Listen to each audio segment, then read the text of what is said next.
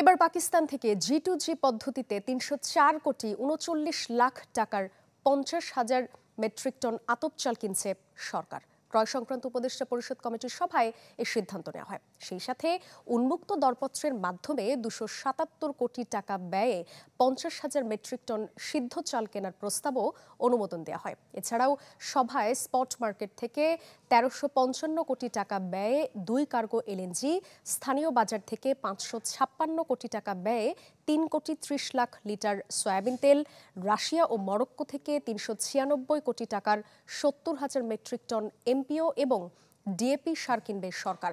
সভায় মোট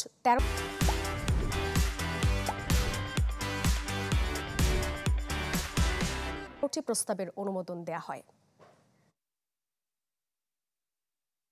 দামের প্রভাব কিছু কিছু জায়গায় হয়তো কিছুটা ভ্যাটের জন্য হয়েছে, সম্পূর্ণভাবে এটা হলো ম্যানিপুলেশন, সাপ্লাই চেনের ব্রেকার। এটা ভ্যাটে আমি কিছু দাম বাড়িয়েছি কি আইএসপি, ফোন, ফরের জুস, কটা লোক কেনে, অতএব ওটার উপর যে পড়েছে পরে তা না।